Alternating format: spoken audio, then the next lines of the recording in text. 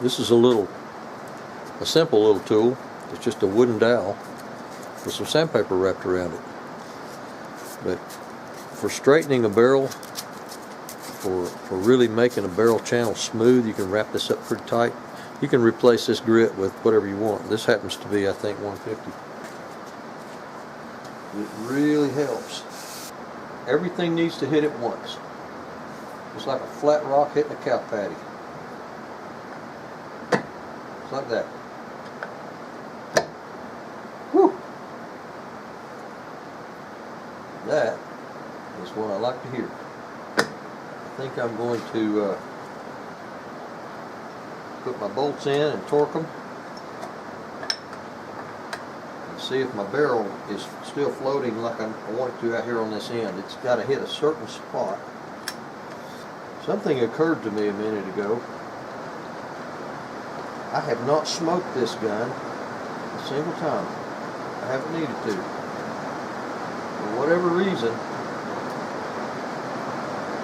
this one has worked. When I'm fixing to bed one, I put wax on the surfaces that I do not want to stick to that bedding. Just use a toothbrush, some Johnson Space Wax, and I put me a good coat of wax on that thing. My paste wax is so old it's about dried up, but it works. I'm going to bed from about here to here. Is all I'm going to bed on this. That's going to include that bolt hole, so I put wax down in there. Wax will not hurt your threads. It'll make the bolt screw into it easier over the years.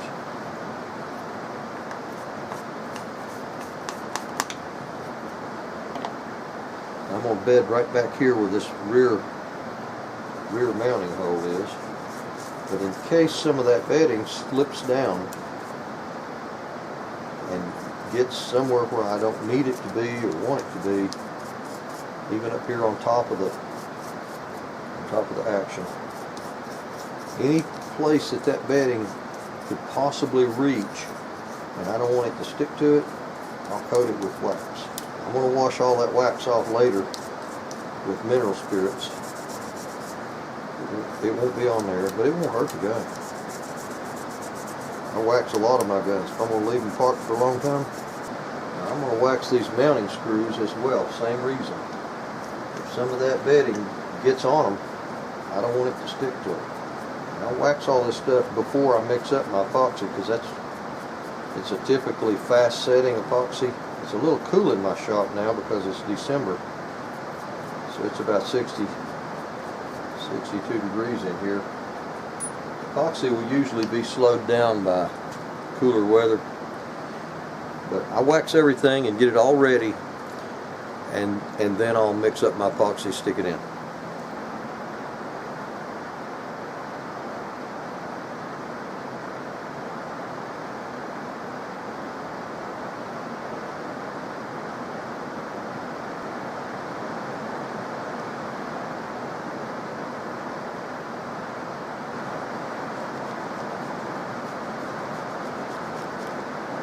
This is just really fine walnut dust. When I sand a stock, I'll catch the dust. When I get down to about 120, 150 paper, it makes a real fine dust. I'll catch that and save it. And that's what I use to tint the color of this epoxy, is clear or amber. And it makes it blend into the stock better, and it also acts as a thickener. Like putting flour in your biscuit making, makes it thicker, and where I put it, it tends to stay there better if it's a little bit more of a putty consistency than a liquid.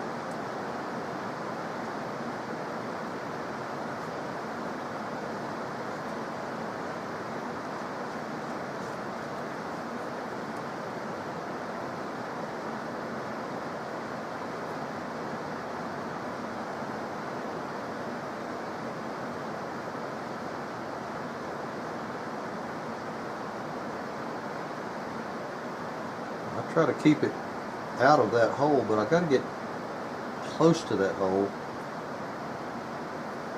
without letting it run down in it.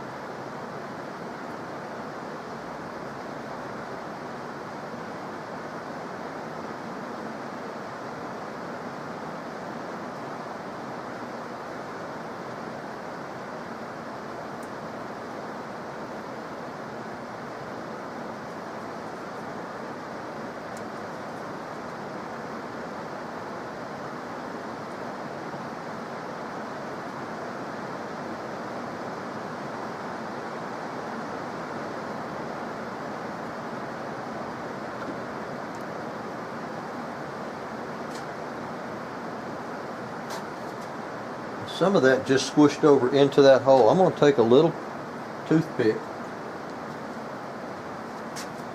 or nail, pull that out of there. Mainly because I don't want to push that epoxy all down that hole and distribute it down there where it's not supposed to be.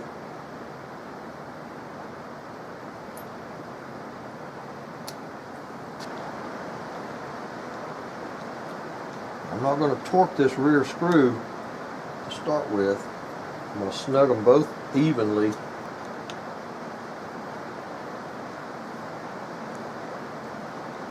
Give that about 20-30 minutes.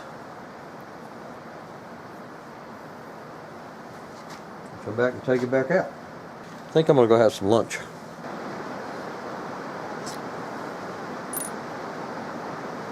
Alright, taking the screws out of this thing, I'm just going to give it a little tap. Kind of loosen that bedding up. Ah, very good. You can actually see, where the bedding is, and you can see where it actually removed the wax. The wax that I put on here is now stuck to this epoxy. And you can see a little outline, a little place where this is shinier than this, where the wax is still on this metal, but it's removed from here because it's stuck to the wax. And so you got a little shiny outline of where this is. That means the wax did its job. And then I clean these holes out by taking a drill bit and just turn it with my fingers, because you'll invariably get a little bit of epoxy down inside that hole, and just to get the excess off and let that screw go back in and out of there freely. So you don't want that screw to be in a bind. You just want it to be, you should be able to just push it in with very little pressure. So now this is bedded. This part's done. I'm going to start on the outside. I like it. I like it. I'm actually going to cut this bolt handle recess out. I've got it marked on top and down inside. I'm going to just put it back in the mill and just cut out the majority of it and start from there, because part of it's on a flat and part of it's slanted. This is a Fordham tool. This is a carbide burr with a round tip on the end of it. And the back of this, the bottom side of this bolt handle is rounded. I notched out as much as I could safely with on my mill, but obviously I have to come way down further. And so I'm going to start taking some of this out. Keep in mind, I got an angle, I've got an idea of how. This is a really, really tight locking bolt. Stiff as it can be.